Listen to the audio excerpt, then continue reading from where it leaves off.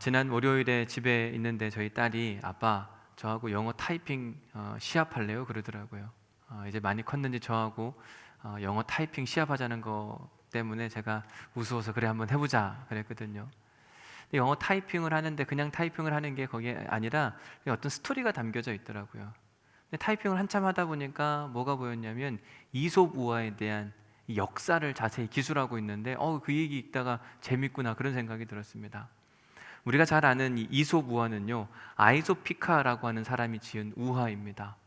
이 아이소피카는 고대 그리스의 노예로 살던 사람인데, 우화라고 하는 건 동물이나 아니면 생명체가 없는 돌, 나무 이런 것들을 사용해서 어떠한 스토리를 만드는데, 그 스토리를 통해서 사회적 풍자 또는 도덕적인 어떤 깨우침을 주기 위해서 만들어진 이야기를 우리가 우화라 이렇게 이야기를 합니다. 그래서 우리가 잘 알고 있는 토끼와 거북이, 그리고 금도끼, 은도끼, 양치기 소년 이런 대부분의 이야기들이 아이소피카가 지은 우화에 속하는 작품들입니다. 그 중에서 우리가 너무나도 잘 기억하고 있는 한 가지를 여러분들에게 소개해드리면 여우와 두루미 이야기 있잖아요. 잘 아시죠? 우리 아이들한테 많이 해줬던 이야기. 어느 날 심술궂은 여우가 두루미를 자기 집 저녁 식사에 초대를 합니다. 두루미야, 우리 집에 와봐. 내가 식사 대접해줄게. 그때 두루미가 기쁘고 감사한 마음 가운데, 누가 밥 해준다니까 얼마나 좋아요. 그러니까 기쁘고 즐거운 마음 가운데 여우 집에 갑니다. 여우 집에 도착했더니 음식을 딱 주는데 먹고 싶기는 한데 먹을 수가 없는 넓은 접시에 줘요. 우리가 잘 아는 것처럼 두루미는 이 부리가 길어서 저런 음식은 먹을 수가 없거든요. 근데 여우가 뭐라고 이야기하냐면 맛있게 많이 먹어 그러는 거예요. 저럴 때마다 더 얄밉지 않을까요? 어떻게 저렇게 말할 수가 있나. 그러면서 혼자서 막 맛있게 즐겁게 저녁 시간을 보내게 됩니다. 두루미는 하나도 못 먹고 집으로 돌아왔어요. 한참 시간이 지나서 두루미가 여우에게 이야기합니다. 일전에 여우, 네가 너희 집에 초대해서 너무 고마워. 이제는 내가 너를 좀 초대할게. 우리 집에 와서 저녁 식사하지 않을래? 여우도 너무 기분이 좋아서 어떤 음식을 줄까 기쁜 마음으로 두루미 집에 갔습니다. 두루미 집에 갔더니 완전 상황이 역전됐죠. 호리병에다가. 그러면서 똑같이 얘기하는 거예요. 차린 건 없지만 많이 먹어. 아이소피카가 이 이야기를 통해서 전달하고자 하는 메시지가 뭐였을까? 그냥 재밌는 얘기네 이 얘기로 끝나는 게 아니라 우화에는 항상 메시지가 담겨 있거든요. 그 메시지의 핵심은 뭐냐면 상대방을 향한 배려와 존중이 있어야 된다. 여러분, 여우가 두루미를 초대했으면 초대한 사람에게 맞게, 두루미가 가장 좋아하는 음식이 뭘까? 어떻게 주면 가장 좋아하고 행복할까? 이 고민을 해야 되는데 여우는 두루미를 초대해 놓고도 두루미에 대한 관심 1도 없었던 겁니다. 심술궂어서 그래요. 골탕 먹었으면 좋겠다. 그러니까 자기만 생각하니까 자기 먹기 편한 대로 음식을 만들어 넓은 대접해 주는 겁니다. 여러분, 근데요, 예배 역시 마찬가지예요. 예배도 우리가 하나님께 예배를 드리는데 하나님을 향한 존중과 배려가 필요하거든요. 오늘 본문 3절 말씀에 보면 그 예물이 소의 번제이면 흠없는 수컷으로 회막문에서 여호와 앞에 기쁘시게 받으시도록 드릴지니라. 여호와 앞에 기쁘시게 받도록 해라. 그러니까 우리가 하나님께 예배 드릴 때 그 예배의 주체자는 누구냐면요, 내가 아니라고 하는 사실. 하나님이 기쁘시게 해야 되는데 어느 때 보면 예배자가 기쁘고 즐거우려고 그래요. 그래서 예배 드리는 시간도 자기 마음대로 옵니다. 예배 드릴 때에도 룰과 원칙이 있는데 자기가 하고 싶은 대로 해요. 어떤 가이드라인을 주면 그대로 따라와야 되는데 그대로 하지 않기 때문에. 그래서 오늘 우리가 이 3절 말씀을 보면서 우리 예배를 점검해 볼 필요성이 있어요. 과연 우리가 드리는 예배가 하나님이 기뻐하시는 예배일까? 어느 때 보면 우리가 여우 같은 예배를 드릴 때가 있거든요. 그래서 오늘 설교 제목을 뭐라고 정했냐면 여우 같은 예배 이렇게 이야기했어요. 여우 같은 예배가 뭐냐? 우리가 하나님을 예배 자리에 초대해요. 가끔 우리가 그런 찬양합니다. 오늘 우리도 그런 지금은 안 했지만 나는 하나님을 예배하는 예배자입니다. 아니면 하늘의 문을 여소서, 그리고 이곳에 오소서, 이곳에 앉으소서, 이런 찬양을 통해서 하나님 우리 예배 가운데 임재하여 주옵소서. 하나님을 초대해 놓는 거예요. 그러면 하나님을 초대했으면 하나님이 원하시고 하나님이 기뻐하시는 예배를 드려야 되잖아요. 근데 하나님이 하나님을 초대해 놓고 내가 드리고 싶은 예배를 드리면 그게 뭐냐면 여우 같은 예배가 되는 거죠. 우리가 드리는 예배는 혹시 그런 예배는 아닐까? 지금 이 자리에 하나님이 임재해 계십니다. 여기뿐만 아니라 각 가정에서 온라인 예배 드리는 그 장소에 하나님이 임재해 계세요. 그런데도 불구하고 여우같이 내가 드리고 싶은 대로, 내가 하고 싶은 대로 마음껏 예배 드린다고 한다면 하나님께서 그 예배를 기뻐 받으시겠는가? 아니요. 하나님께서 그런 예배를 토해버리겠다, 역겹다. 지난 시간에 이야기한 것처럼 히브리어로 토해봐, 역겨운 예배가 될 수밖에 없다. 하나님은요, 우리 예배가 역겨운 예배가 아니라 우리의 예배를 통해서 하나님이 기뻐하시기를 원하시고 그 기쁨의 은혜를 우리에게 다시 되돌려 주시기를 간절히 원하고 계십니다. 오늘 우리의 예배가 그런 예배 될 수 있기를 주님의 이름으로 간절히 축원합니다. 자, 그러면 하나님께서 기뻐하시는 예배는 어떻게 드리는 건가? 3절 말씀을 다시 한번 보겠습니다. 함께 읽어볼게요. 시작. 그 예물이 소의 번제이면 흠 없는 수컷으로 회막문에서 여호와 앞에 기쁘게 받으시도록 드릴지니라. 그 예물이 소의 번제이면 하나님께서 모세를 통해 이스라엘 백성들이 어떻게 제사를 드려야 되는지 가르쳐 주셨습니다. 번트 오프링, 막 불태워서 드리는 제사였어요. 그때 우리가 기억해야 될 것 중에 하나는 뭐냐면 이스라엘 백성들이 하나님께 자원하는 마음으로 가서 예배를 드릴 때 빈손으로 가지 않았다고 하는 겁니다. 항상 제물을 가져가는데 오늘 본문 3절에서는 소를 가져오게 된다면 이렇게 이야기합니다.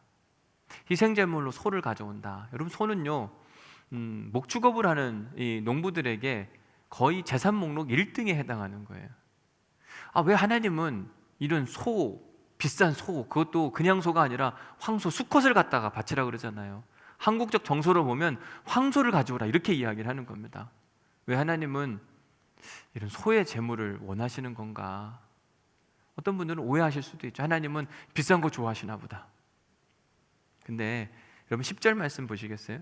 10절 보면 만일 그 예물이 가축의 때에 양이나 염소의 번제이면 하나님께 번트 오프링, 불태워 드리는 제사 가운데 단순히 소만 받으시는 게 아니에요. 양도 가져와도 되고 염소도 가져와도 된다. 그것뿐만 아니라 14절 가서 보면 만일 여호와께 드리는 예물이 새의 번제이면 산비둘기나 집비둘기도 오케이, 괜찮다 이야기합니다. 오늘 읽지는 않았지만 2장 1절 가서 보면 누구든지 소재의 예물을 여호와께 드리려거든 고운 가루, 그냥 곡식을 빻아서 드려도 된다 이렇게 이야기를 하는 거죠. 즉 하나님께 드리는 제사에 이 제물의 종류는 하나님이 그렇게 큰 관심을 보이는 게 아니에요. 너희들이 만약 혹시 예배 드릴 때 소를 가져오면 이렇게 하고 양을 가져오면 이렇게 하고 염소를 가져오면 이렇게 하고 비둘기를 고운 가루를 가져왔을 때는 이렇게 예배 드려라. 다양한 예배의 패턴을 가르쳐 주는 거예요. 그러니까 즉 하나님이 관심하는 건 제물의 종류가 아니라 제물을 드리는 사람의 마음에 있다고 이야기를 하는 거죠. 여러분, 황소를 드려도요 하나님이 역겨워하시는 그런 예배가 있었어요. 우리가 잘 아는 사무엘상 15장 22절에 보면 사울 왕에게 했던 이야기 있습니다. 우리 함께 읽어볼게요. 시작. 사무엘이 이르되 여호와께서 번제와 다른 제사를 그의 목소리를 청종하는 것을 좋아하심같이 좋아하시겠나이까. 순종이 제사보다 낫고 듣는 것이 순양의 기름보다 나으니. 하나님께서 순종이 제사보다 낫다, 듣는 것이 순양의 기름보다 낫다. 하나님을 경외함과 하나님을 사랑함과 겸손함이 없는 그런 제사, 황소는요 받고 싶지도 않다고 이야기를 하는 거죠. 왜 이런 이야기가 나오게 됐는가? 사울 왕이 아말렉과 전투해야 되는 상황이 발생을 했습니다. 그때 하나님께서 나가라, 가서 싸워라, 내가 이기게 해주겠다. 대신 전투 명령을 하달해 주셨어요. 이렇게 너희들은 전투해야 된다. 그러면 사실 이야기가 뭐냐면 지금 가서 아말렉을 쳐서 그들의 모든 소유를 남기지 말고 진멸하되 남녀와 소아와 젖 먹는 아이와 우양과 낙타와 나귀를 죽이라, 모두 다 죽이라고 이야기를 한 겁니다. 이런 명령을 받고 사울 왕이 아말렉 전투에 나갔습니다. 싸우기 시작했어요. 하나님께서 사울 편에 서가지고 일을 하기 시작하니까 전쟁이 너무 쉽게 끝나는 겁니다. 이겼어요. 기쁘고 감사하고 즐거운 일이겠죠. 근데 그 전쟁의 승리 가운데 사울이 실수 하나를 하게 됩니다. 어떤 실수를 하게 되는가? 사무엘상 15장 9절 말씀입니다. 시작. 사울과 백성이 아각과 그의 양과 소의 가장 좋은 것 또는 기름진 것과 어린 양과 모든 좋은 것을 남기고 진멸하기를 즐겨 아니하고 가치 없고 하찮은 것은 진멸하니라. 여러분, 하나님이 멸하고 명령하셨냐면 모든 것을 다 멸하라 이렇게 이야기했습니다. 근데 사울 왕의 판단은 어떤 거였냐면 하찮고 보잘것없는 건 다 죽여가고, 그리고 좋은 것, 보기 아름다운 것, 그런 것들은 이스라엘 진영으로 가지고 왔어요.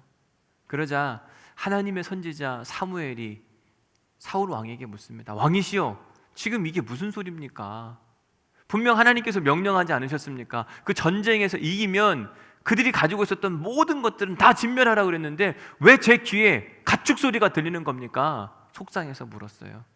그때 사울 왕이 이런 변명을 합니다. 사울이 이르되 그것은 우리가 아말렉 사람에게서 끌어온 것인데 백성이 당신 하나님 여호와께 제사하려 하여 양들과 소들 중에 가장 좋은 것을 남김이요 그 이외의 것은 우리가 진멸하였나이다 하는지라. 그러니까 지금 이 귀한 것을 가져온 이유가 뭐냐면 여호와 하나님께 제사하기 위해서 가져왔다고 하는 거죠. 자, 여러분, 하나님이 황소만 좋아하시는 분이시면 얼마나 행복하시겠어요. 그것도 막 귀하고 좋고 아름답고 가장 좋은 것 갖고 왔다는데 아마 사울 왕을 칭찬했어야 될 거예요. 야, 너 진짜 잘했다. 내가 너 소 좋아하는 거 어떻게 알았냐? 그것도 황소 좋아하는 거? 너 엄청 고생했어. 수고했어. 칭찬하고 응원해줘야 되는데 하나님의 반응이 뭐냐? 사무엘상 15장 11절 말씀. 내가 사울을 왕으로 세운 것을 후회한다. 왜 후회하냐? 하나님이 기뻐하시지 않는 제사를 드리려고 애를 쓰기 때문에. 여러분, 하나님이 기뻐하시는 제사는 뭐냐? 우리가 꼭 기억해야 되는 한 가지 사실이 있는데 하나님은요, 결과만 중요하게 생각하지 않으세요. 과정도 중요하게 생각하신다. 하나님께 드리는 예배는 결과만이 중요한 게 아니라 하나님께 예배 드려가는 그 과정이 훨씬 더 중요해요. 예배를 드렸는데 결과 중심적 예배주의자는 어떤 사람이냐면 나 예배했다. 결과 중심적 설교자는 나 오늘 설교했다. 여기에 만족해요. 여우 같은 예배자입니다. 내가 당신 초대했다. 음식 줬다. 안 먹은 거 누구예요? 두루미 너 아니냐? 내가 예배했는데 안 받으신 게 누구예요? 하나님이시다. 오히려 책임을 누구한테 돌리냐면 하나님께 돌리는 거죠. 과정을 중요하게 생각하는 사람은요, 마음이 준비가 되거든요. 누가복음 10장에 보면 선한 사마리아 비유가 등장합니다. 어떤 사람이 예루살렘에서 여리고로 내려가는데 강도를 만났습니다. 거의 죽게 됐어요. 피를 흘립니다. 그때 두 사람이 먼저 지나가요. 한 사람은 제사장이었고 한 사람은 레위인이었습니다. 그들은 예배를 인도하는 사람이었어요. 피 흘린 사람과 가까이 하면 안 됩니다. 왜냐하면 부정해지기 때문에. 근데 여러분, 기억하셔야 되는 건 뭐냐면 다른 사람들이 함께 있을 때는 그 일을 다른 사람이 해줘야죠. 제사장 구별되어야 되니까. 근데 지금은 어느 누구도 그를 도와줄 사람이 없는 거예요. 그냥 놓고 가면 이 사람은 죽을 수도 있어요. 근데 거룩한 예배를 드리기 위해서 그냥 지나갔어요. 아마 그 사람들은 돌아가서 하나님께 완전히 거룩하게 하나님께 예배 드렸을 거예요. 내 예배를 받아 주옵소서. 나는 부정하지 않았습니다. 깨끗하게 예배 드렸습니다. 죽어가는 사람을 그냥 지나치고도. 결과론적으로 보면 이 사람들 예배 드렸으니까, 거룩하게 부정한 거 안 만지고 예배 드렸으니까 칭찬받아 마땅할까? 아니요. 그러면 예수님이 그와 같이 하라, 그 사람들 같이 하라 이랬을 거예요. 근데 예수님 누구 같이 하라고 이야기했냐면 사마리아 여인, 사마리아 사람. 그 사람을 돕고 사랑하고 여인숙에 가서 치료해주고 이 사람이 참 이웃이다. 이와 같이 너희도 해야 된다. 결과가 중요한 게 아니라, 물론 결과도 중요할 수 있지만 그 결과까지 이르는 과정은 훨씬 더 중요하거든요. 우리의 예배 마찬가지로 예배에 참석하는 것도 중요하지만 예배를 어떤 마음으로 왔는가, 어떤 마음 가운데 예배를 드리는가 훨씬 더 중요합니다. 여러분, 오늘 예배 어떤 마음으로, 어떤 마음 가운데 예배를 드리고 계십니까? 오늘 이 자리에 여기 앉아 계시든 아니면 온라인으로 예배를 드리시든, 사마리아 여인이 묻잖아요. 여기서 예배 드리는 것이 옳습니까? 저기서 예배 드리는 것이 옳습니까? 예수님 뭐라고 이야기하시냐면 장소의 문제가 아니다. 하나님은 영과 진리로 마음으로 준비된 사람의 그런 예배를 받기를 원하신다. 여러분, 하나님께서 오늘 1장 3절에서 뭐라고 이야기하셨냐면 여호와께 기쁨으로, 여호와 앞에서 기쁘게 하시도록 예배해라, 이렇게 이야기하세요. 바라긴 오늘 우리가 드리는 예배가 그 기쁨의 예배가 될 수 있기를 주님의 이름으로 간절히 축원합니다. 자, 그러기 위해서 어떤 걸 해야 되냐면요, 하나님이 정해놓으신 가이드라인대로 따라가야 되는데, 오늘 본문 3절에 보면 이제 두 가지 가이드라인 나옵니다. 첫 번째 가이드라인 우리 한번 읽어볼게요. 1장 3절 말씀 시작. 그 예물이 소의 번제이면 흠 없는 수컷으로 회막문에서 여호와 앞에 기쁘게 받으시도록 드릴지니라. 그리고 10절 말씀도 한번 읽어보겠습니다. 1장 10절 시작. 만일 그 예물이 가죽대의 양이나 염소의 번제이면 흠 없는 수컷으로 드릴지니. 3절하고 10절 보면 공통되는 단어가 있어요. 뭐라고 되어 있어요? 흠없는 수컷으로 드리라, 이렇게 이야기를 합니다. 여러분, 하나님이 주시는 그 예배의 명령은요 명확해요. 그냥 대충 이야기하지 않습니다. 간결하고 해야 할 일들에 대해서 명확하게 가르쳐 줍니다. 흠없는 수컷으로 드리라. 흠없다라고 하는 표현은 히브리어 형용사로 타밈이라는 단어를 씁니다. 타밈. 이 타밈은 제가 이미 성령 집회 때, 금요 성령 집회 때 한번 말씀을 드렸는데, 창세기 6장 9절에 보면 노아에 대한 설명을 할 때 노아는 의인이었고 당대의 완전한 사람이라. 그러니까 이 완전하다라고 하는 표현을 쓸 때 타밈이라는 단어를 써요. 그러니까 오늘 본문에 등장하는 흠없는 제사를 드려라, 이 말은 어떤 의미를 갖고 있냐면 완전한 예배, 완전한 제물, 조금이라도 부족함이 없는 제물을 가져오라고 이야기해요. 그러니까 자원해서 예배를 드리려고 할 때 희생 제물을 가지고 오는데 집에서 병든 것, 쓸모없는 것, 나이가 들어 더 이상 가치도 없는 그런 거 가지고 와서 하나님 받아주옵소서, 이렇게 하지 말고 가장 귀하고 존귀한 것을 하나님 앞에 올려드려라. 왜 그래야만 하는가? 왜 그렇게 하나님은 부담스럽게 아무거나 그냥 가져오면 어떠나? 이유가 있을 거 아니에요.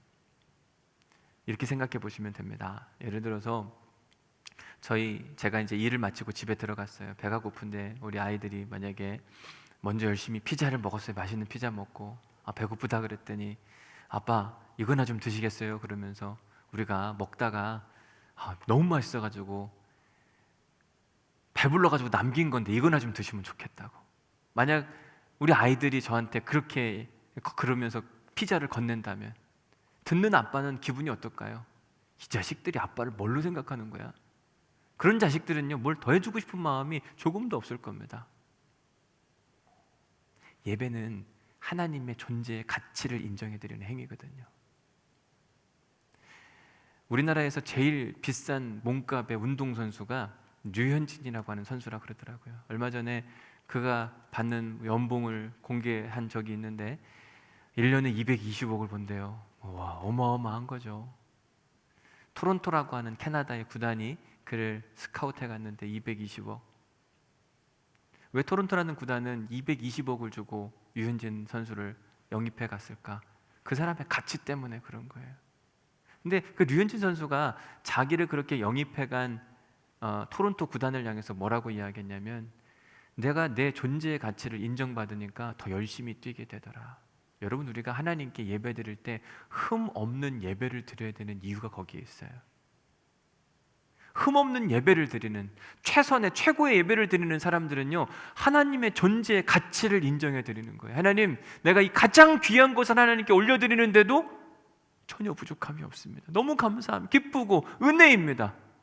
우리가 찬양단이 이렇게 찬양을 하는데 흠 없는 예배를 드리기 위해서, 실수하지 않기 위해서 끊임없이 애쓰고 수고하고 노력하고 미리 듣고 오고, 이런 예배, 그러다가 실수할 수 있죠. 그 실수가 문제가 아니라 이미 준비되어져 오는 그 과정, 그건 하나님이 기뻐 받으시고 은혜를 누리시겠다. 여러분, 세상에 흠 없는 재물은 없어요. 왜냐하면 가지고 나올 때 보다 보면 어디다 부딪힐 수도 있고 발에 막 상처도 날 수도 있는데, 세상에 흠 없는 재물이 어디 있겠어요. 최고의 재물, 가장 좋은 재물을 하나님께서 원하신다, 이 얘기를 하시는 겁니다. 그러니까 하나님은 최고의 재물이 아니라 최선의 재물, 너희 예배가, 오늘 예배가 최선의 예배였냐? 하나님은 그걸 바라보시고 우리가 할 수 있는 최선의 예배를 드렸을 때 그걸 보시고 기뻐하시고 은혜를 허락하시고, 막 뭔가를 더 해주고 싶어가지고 내가 도와줄게, 걱정하지 마, 내가 너 보니까 예배할 수 없는 상황에도 예배하네? 그럼 하나님께서 뭔가를 더해 줄 수밖에 없는 그 은혜. 근데 만약에 우리가 하나님을 무시하는 예배, 막 엄청 좋은 재물을 가지고 있는데도 불구하고 집에 병든 것, 못 쓰는 것 이런 거 가져다가 하나님 받으십시오, 이게 내가 최선입니다, 이거 하나님 무시하는 거죠. 전능하신 하나님이 다 알아볼 텐데도 불구하고 너는 이런 걸 가지고 왔냐? 하나님이 뭐 더 해주고 싶겠냐고요. 여러분, 우리가 믿는 하나님은요 육식주의자가 아니에요. 그것도 뭐 가장 좋은 황소만 받으신 하나님, 그런 하나님이 아니라니까요. 하나님 뭐라고 이야기하셨냐면, 소를 드리려거든, 양을 드리려거든, 염소를 드리려거든, 비둘기를 드리려거든, 곡식을 드리려거든 뭐든지 상관없다, 다 괜찮다. 대신 한 가지만은 변하지 않는 게 있는데, 흠이 없는 예배를 드려야 된다. 가장 값지고 귀한 흠 없는 예배, 그걸 하나님 기뻐하신다. 지금 우리가 코로나 때문에 비대면 예배, 온라인 예배를 드리고 있습니다. 대부분의 성도들이 드리고 있어요. 제가 보니까 비대면 예배, 대면 예배 어느 게 더 중요하냐, 어느 게 더 좋냐? 100번 대면 예배가 좋습니다. 이건 거부할 수 없는 사실이에요. 그러나 우리가 처한 현실 가운데 이 전염병의 확산을 막기 우리가 함께 동참하는 것뿐이지, 근데 뭐가 중요하냐면요, 대면 예배를 드려도 흠 있는 예배를 드리면 아무것도 의미가 없는 거예요. 온라인 예배를 드리는데도 불구하고 우리 가운데 흠 없는 예배를 드리기 위하여 바른 마음과 바른 자세와 모든 것을 막 다 타산하고 오직 주님께만 집중하려고 하는 그런 예배자의 모습으로 있다, 그러면 장소의 문제가 아니라니까요. 집 안에서 임재해 계신 성령님의 은혜 가운데 막 가슴이 뜨거워지고 찬양하게 되고, 누가 시키지도 않았는데 손을 들고 아멘 아멘 외치고, 누가 들어야 아멘 아멘 하죠. 근데 집에서 아무도 듣는 사람 없는데, 가족밖에 없는데도 말씀 가운데 내게 주시는 은혜가 있으면 아멘 아멘, 이게 흠없는 사람, 흠없이 예배드리는 사람의 모습이거든요. 구약시대에 제사를 주도했던 제사장들이 했던 중요한 임무 중에 하나가 뭐냐면, 이 희생제물의 상태를 점검하는 거였어요. 어떤 사람들이 아침 저녁으로 이 번제를 드렸는데, 불 피워놓고 이제 제물을 가지고 오면 그걸 하나님께 올려드리는 겁니다. 사람들이 만약에 소를 가져왔어요. 근데 이 소가 흠이 있는 거냐 없는 거냐, 이걸 점검하는 게 제사장이 해야 될 중요한 임무 중 하나였어요. 흠이 있는 제물이었다, 그럼 돌려보내야죠. 이런 걸로는 하나님께 예배드릴 수 없습니다. 왜? 예배드릴 때 흠이 없는 예배자도 중요하지만요, 그 흠이 있는지 없는지를 판결하고 판정하는 제사장의 역할은 무척 중요했습니다. 하나님이 책망하실 때, 야 너는 어떻게 흠 있는 걸 흠이 있다고, 있는 걸 흠이 없다고 이야기했냐, 이렇게 책망하실 수 있기 때문에 제사장은 의무와 사명감을 가지고 어떤 양을 가지고든 염소를 가지고든 뭘 가지고든 흠이 있는 건지 없는 건지 꼼꼼하게 살펴봤습니다. 그리고 합격을 못하면 퇴짜를 자꾸 놓는 거예요. 여러분, 만약에 여러분들이 우리 교회를 딱 오셨는데 저 앞에 사역자들이 막 서가지고 여러분들의 예배 상태를 점검하는 거예요. 집사님 오늘은 보니까 예배 준비가 안 됐어요, 돌아가세요. 권사님 보니까 오늘 예배할 때 왜 이렇게 흠이 많아요, 안 되겠어요, 그렇게 드려서 안 될 것 같아요. 막 좋으시는 분들 있으면 어디 하나님께 예배도 좋냐고 막 벌떡 이렇게 내보내요. 그럼 어떤 일이 발생할까요? 난리 날 겁니다. 교회가 무슨 온누리교회만 있냐, 다른 교회도 되지. 구약시대에는요 제사장에게 가장 막 강력한 힘이 있었기 때문에 이게 가능했어요. 근데 요즘 그럼 진짜 큰일 나요. 근데 감사한 건 뭐냐면, 베드로전서 2장 9절에 보면 예수 그리스도의 이후에 우리에게 이런 은혜를 주셨어요. 뭐라고 표현했냐면, 너희는 택하신 족속이요 왕 같은 제사장이라. 우리의 신분을 이제 왕 같은 제사장으로 바꿔주셔서 우리 스스로 우리의 예배를 점검할 수 있는 거예요. 그래서 여러분들에게 그런 민망함을 안 전해드리기 위해서 예배 점검표를 해드린 거예요. 안 그러면 사역자들이 앞에 서가지고 예배 상태 점검하고 돌려보내야 되는데, 우리가 왕 같은 제사장이니까 우리 스스로 여기에 있는 예배 점검표를 통해서 예배 상태를 한번 점검해 보자.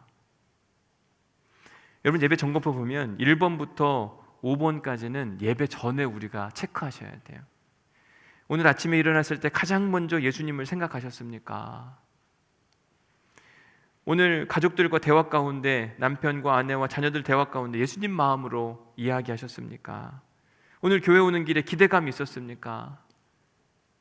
구약시대 같으면 이거 제사장들이 다 점검해 줬을 텐데 지금은 우리가 왕 같은 제사장이니까 우리 스스로 하자. 여러분 귀찮으셔도 하셔야 돼요. 우리 스스로 왕 같은 제사장이 되어서 내 영적인 상태, 예배자의 상태, 그래서 온전히 하나님이 기뻐 받으실 만한 흠없는 예배자의 상태를 유지해야 하나님께서 토해봐 역겨운 예배가 아니라 기쁨과 즐거움의 예배, 토우라고 이야기하는 하나님 보시기에 좋았다라고 하는 기쁨의 예배가 될 수 있거든요. 여러분 구약시대와 신약시대의 제사장 역할이 바뀌었어요. 신약시대에는 제사장, 희생제물 이런 거 점검하지 않아요. 바뀌었습니다. 우리가 같은 왕 같은 제사장으로 우리를 점검할 수 있어요. 근데 구약시대나 신약시대 지금까지 변하지 않는 하나님의 중요한 신앙적 원칙 중에 하나가 뭐냐면 흠 없는 예배는 절대로 빠지지 않았어요. 구약시대에도 흠 없는 예배가 중요했고 신약시대에도 지금도 하나님이 원하시는 건 뭐냐면 우리의 예배가 흠이 없기를 원하십니다. 최선의 예배, 가장 좋은 예배. 그러니까 흠 없는 예배, 오늘날로 바꿔서 얘기하면 어떤 예배냐면요, 오늘 우리가 예배를 드릴 때 어떻게 드려야 되냐면 10시, 우리가 11시 반 예배 드리잖아요. 11시 반 예배 드리기에 가장 적합한 몸과 정신과 상태를 만들어야 돼요. 내가 하고 싶은 거 실컷 다 한 다음에 예배 드리는 거, 이거 흠 있는 예배. 흠 없는 예배라고 하는 건 오늘 예배의 삶을 맞추는 거예요. 아벨이 드렸던 예배가 왜 중요했냐? 첫 새끼 가장 좋은 거, 태어났을 때부터 구별해 두는 거예요. 저거는 하나님께 드릴 제물. 계속 지켜보는 거예요. 우리가 주일날 11시 반 예배 드리는데 그 예배를 구별해서 이 시간만큼은 절대로 빼앗기지 않는다. 하나님께 온전히 드린다. 이 목숨을 걸고 하나님 앞에 이 시간과 삶을 지켜가는 것. 올해 우리 교회 표어가 스탑 앤 월십, 주일 하루만큼 완전히 멈춰서자, 이런 제안을 드렸는데 이 안식일을 거룩하게 지키기 위하여 몸부림치는, 그게 흠이 없는, 그래도 흠은 생기죠. 근데 하나님께서 그런 사람의 예배는 흠 없다고 취급해 주시거든요. 우리가 완벽해서 하나님이 받으시는 게 아니라 흠이 있는데도 그 마음과 열정을 보시고 이거 흠 없다, 괜찮다, 받을만하다, 기뻐 받아주시는 거예요. 사랑하는 성도 여러분, 우리의 예배를 한번 점검해 보시고 과연 지금까지 드렸던 우리의 예배, 그리고 오늘 우리가 드리는 우리의 예배, 흠이 없는 예배가 맞나? 하나님은요, 우리가 흠 없는 예배를 드릴 때 흡족해 하시고 우리에게 찾아오셔서 뭐 필요한 거 없어? 내가 뭐 도와줄 거 없어? 이거 이렇게 해줄게, 저거 저렇게 해줄게. 이게 하나님이 우리에게 원하시는 방법이에요. 그리고 이게 기독교 신앙의 원리이기도 합니다. 하나님께 예배하는 자는 하나님의 은혜와 평강을 누리고 살게 될 것이라. 스탑 앤 월십, 우리가 멈춰서 하나님을 예배하면, 여러분 저 플랜카드 한번 보시겠어요? 보면 오른쪽에 생명의 회복을 나타내는 거예요. 모든 것이 막 녹색으로 바뀌어져 가고 자연의 회복과, 우리가 멈춰서서 하나님이 원하시는 대로 예배할 때 회복의 역사가 일어나거든요. 그걸 하나님이 선물해 주고 싶은 거예요. 기다리고 있는 겁니다. 너희들이 이렇게 흠없게 예배만 해봐라, 내가 회복시켜 주리라. 기다리고 있는 거예요. 스탑 앤 월십, 흠 없는 예배. 오늘 우리의 예배를 한번 점검해 보시고, 그리고 다음 주에 또 다음에 드릴 그 예배 가운데에는 좀 더 준비된 예배, 흠 없는 예배로 우리가 마음에 결정을 하셔. 하나님, 내가 이제 이렇게 예배 드리겠습니다. 그로 인해 하나님이 주시는 은혜와 평강, 그리고 생명의 회복의 역사를 경험할 수 있기를 주님의 이름으로 간절히 축원합니다. 자, 우리 3절 말씀 한 번 더 읽어봅니다. 3절 말씀. 3절 말씀에 보면 또 한 가지 우리가 예배드리면서 염두에 될 사항을 소개하고 있어요. 시작. 그 예물이 소의 번제이면 흠없는 수컷으로 회막문에서 여호와 앞에 기쁘게 받으시도록 드릴지니라. 하나님 앞에 기쁘게 받으실 때 하나는 흠없는 수컷으로 드리고 또 하나는 회막문에서 예배를 드리라고 이야기합니다. 이스라엘 백성들이 이 희생제사, 번제를 드릴 때 아무 데서나 예배 드린 게 아니에요. 우리 사진을 좀 보여주시면, 저게 이제 성막인데 저 안에는 이방인은 들어갈 수 없습니다. 유대인들만 들어가서 제사를 하는데, 앞에는 성소가 있어요. 지성소와 성소, 성막이 있는 것이고, 그 앞에는 번제와 물두멍과 뭐 여러 가지가 있고, 여러분 보시는 바와 같이 사람들이 소도 가지고 오고 양도 가지고 오고 염소도 가지고 와서 제사를 드리는 장면이 있습니다. 근데 제사 드릴 때 아무 데서나 드리는 게 아니라 저 성막 안에서만 드려야 돼요. 저 테두리 안에서 저기까지 가져와야 되는 겁니다. 집에서부터 저기까지 가져와서 예배를 항상 드려야 됐어요. 이게 왜 중요한가?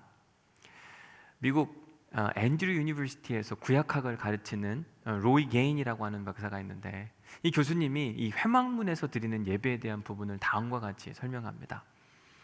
하나님은 오직 여호와의 장막에서만 제물을 드리도록 함으로써 이스라엘이 다른 장소에서 우상에게 제물을 바칠 가능성을 원천적으로 봉쇄하는 것이다.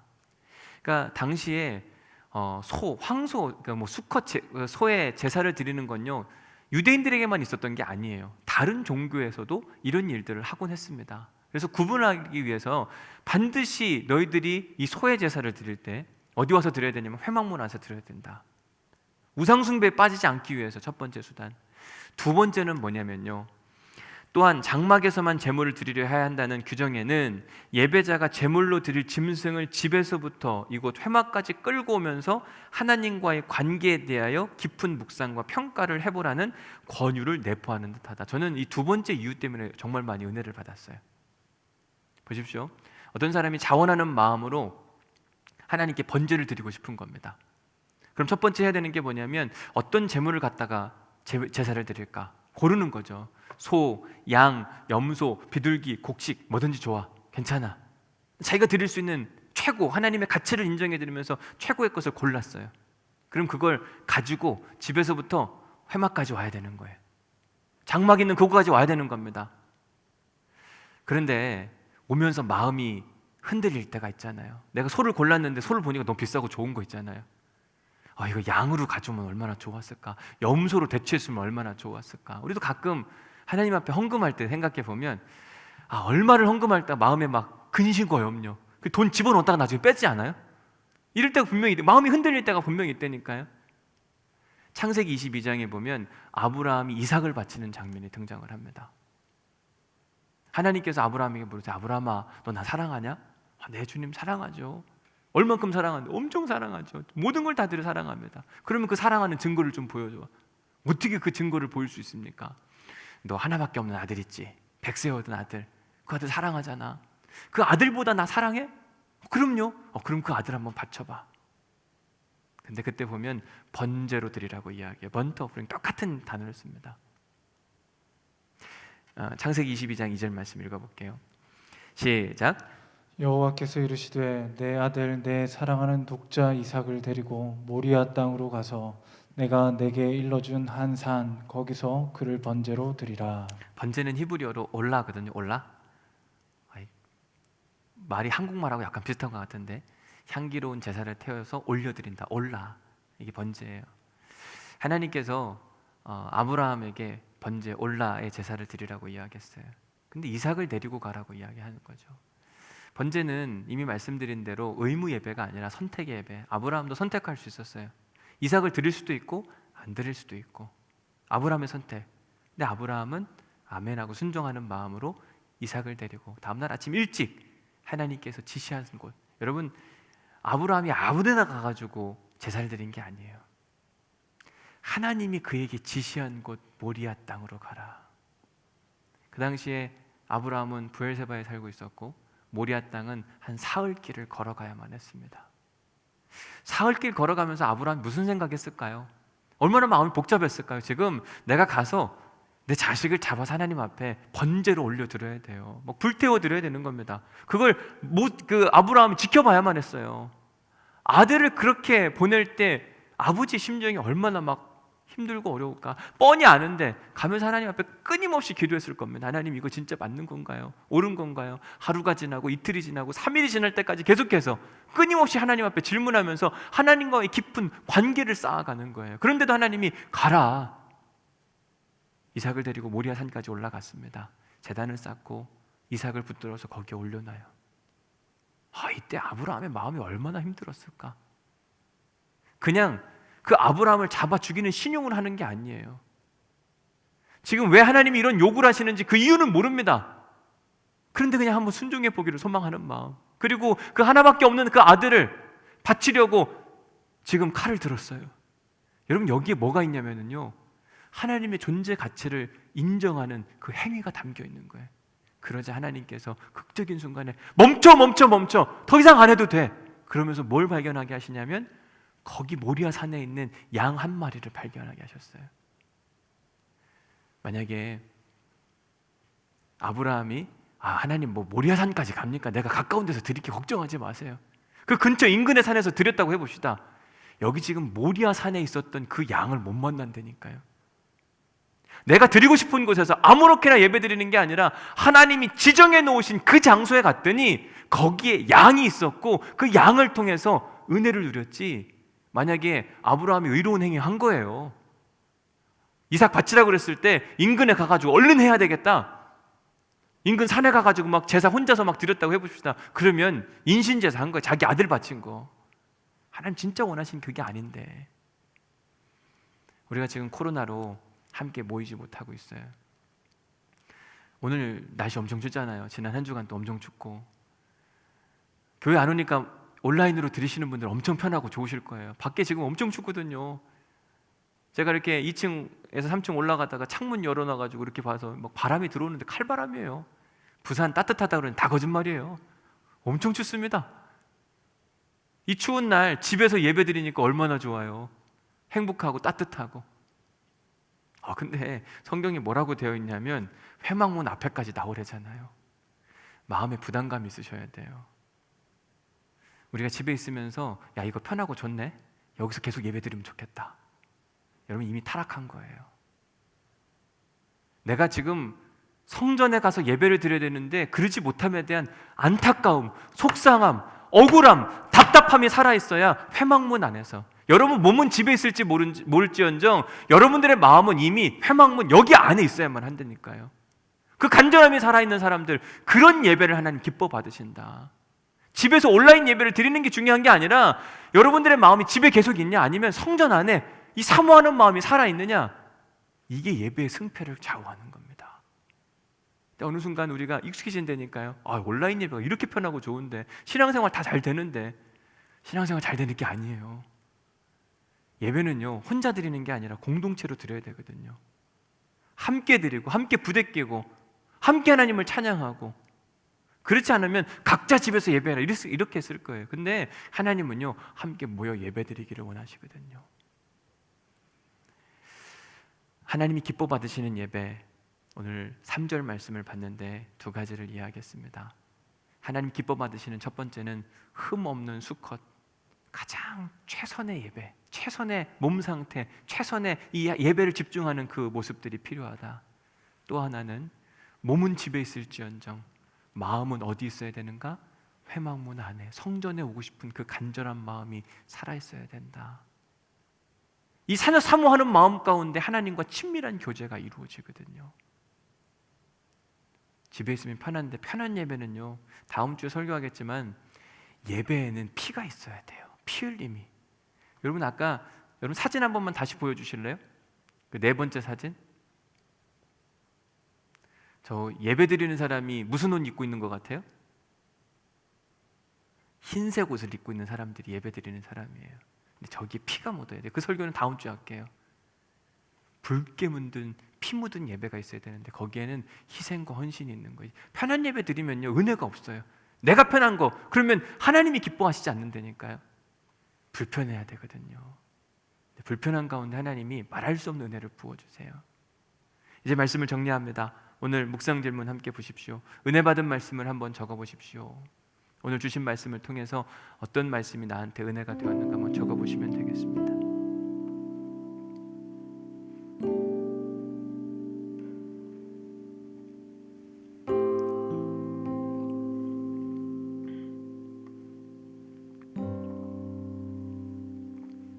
아울러서 주일 예배 점검표에 6번, 7번도 한번 해보셔요. 찬양할 때 전심을 다해 하나님께 찬양했나?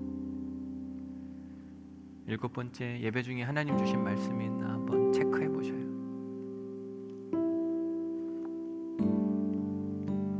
두 번째 묵상 질문입니다. 오늘 당신은 주부에 있는 예배 점검표를 먼저 점검해 보셨습니까? 흠 없는 예배자 맞습니까? 흠이 없는 예배자라고 하는 건 우리가 드릴 수 있는 최선의 예배, 모든 걸 다 차단하고 하나님 예배에 집중할 수 있도록 이제 핸드폰 뭐 저기도 다 꺼놓는 거예요. 알람 다 꺼놓고 전화도 다 꺼놓고 오직 하나님께만 예배할 수 있도록 집중해 놓는 거. 그런 예배의 모습을 우리가 보이고 있는가? 오늘 예배를 위해서 막 어제 일찍 자는 거죠. 오늘 예배가 있으니까 정신 말똥말똥하게 예배 드려야 된다. 또 한 가지, 온라인 예배를 드리면서 혹시 당신 마음은 집에 그냥 머물러 계시진 않습니까? 아, 지금이 여기 좋다, 너무 좋다, 계속 이렇게 온라인 예배 드렸으면 좋겠다. 하나님 기뻐하시지 않는 예배,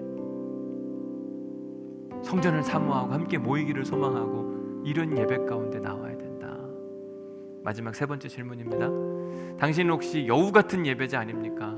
여러분 기억나세요? 여우 같은 예배자가 어떤 예배자인지? 하나님을 초대해놓고 내 마음대로 예배드리는 사람. 하나님에 대한 관심, 배려와 존중은 1도 없어요. 내가 헌금하고 싶은 대로, 내가 시간 내고 싶은 대로. 아니요, 하나님을 향한 배려와 존중이 필요하거든요. 하나님 원하시는 게 뭘까? 이제 오늘 우리 함께 결단으로 부를 찬양, 주님 내가 여기 있사오니 찬양 부를 텐데, 하나님 나의 마음과 나의 뜻과 나의 정성과 모든 것을 다하여 주님께 올려드리오니 주님께서 받아주옵소서. 내 몸과 내 생각과 내 정신과 내 삶 다 받아주셔서 하나님 기뻐 받으시며 내 인생 가운데 평안과 은혜와 생명의 한 주가 되기를 소망하는 마음으로 이 시간 주님 내가 여기 있사오니 함께 찬양하겠습니다.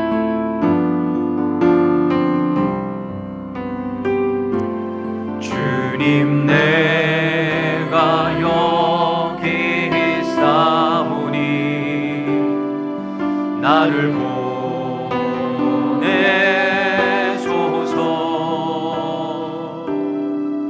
나의 맘 나의 몸 주께 드리오니 주 받으옵소서. 주님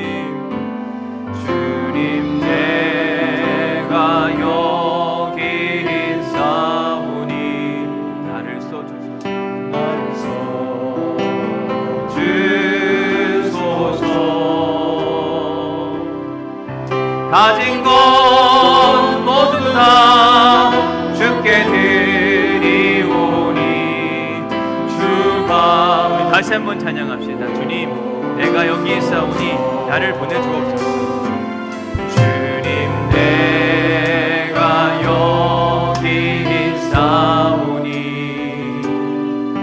나를 보내소서.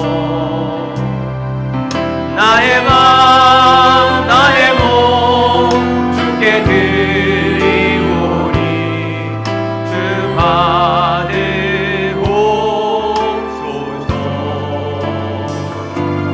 주님 내가 여기 있사오니 나를 써주소서. 가진 것 모두 다 주께 드리고 없는 재산 받아주옵소서. 할렐루야 찬양합시다. 할렐루야 아멘. 우리 예배를 받아주옵소서. 할렐루야. 할렐루야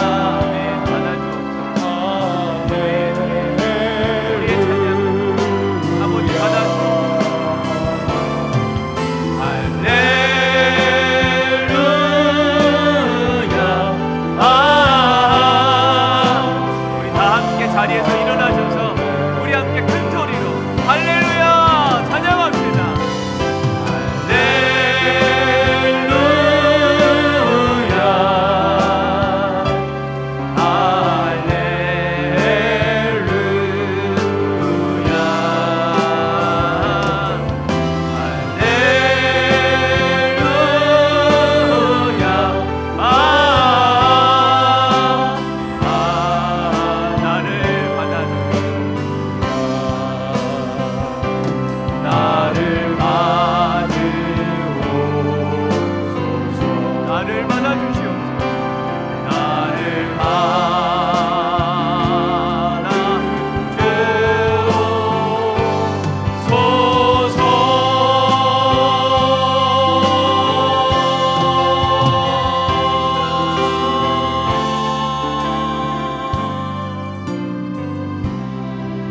하나님, 우리가 주님 앞에 예배를 드립니다. 두 손을 높이 들고 우리의 삶과 우리의 모든 것을 드리기를 소망합니다. 흠없는 예배를 기쁘시게 받으시긴다고 하신 주님, 우리 예배를 점검했습니다. 하나님, 흠이 있지만 이제 흠 없게 하게 하였습니다. 하나님, 보혈로 덮어주셔서 하나님 기뻐하시는 예배가 되게 하여 주옵시고, 이 예배를 통하여 하나님 영광 받으시며 우리에게 한없는 은혜와 복을 허락하시고 축복하여 주옵소서. 하나님, 회막문 앞에 나와 예배하라 그랬는데 지금 성전이 이렇게 멀쩡한데도 불구하고 예배할 수 없습니다. 하나님, 용서하여 주옵소서. 회복시켜 주옵소서. 이미 우리의 마음은 여기에 있습니다. 하나님, 사랑하는 온라인으로 예배드리는 모든 성도들, 주님께서 은혜 허락하시고 복을 허락하여 주셔서 저들의 마음 가운데 성전 예배에 대한 간절한 소망이 있게 하여 주옵시고, 예배의 문이 열리면 얼른 달려오고 싶어하는 마음의 열정이 생길 수 있도록 도우시고 축복하여 주옵소서. 이제는 우리 주 예수 그리스도의 은혜와 아버지 하나님의 극진하신 사랑과 성령님의 감동, 감화, 역사, 교통, 위로하심이 이제 오늘 말씀을 듣고 마음 가운데 흠없는 예배와 성전 예배를 사모하는 우리 사랑하는 성도들 가운데 지금으로부터 영원히 함께 하시기를 간절히 축원하옵나이다. 아멘.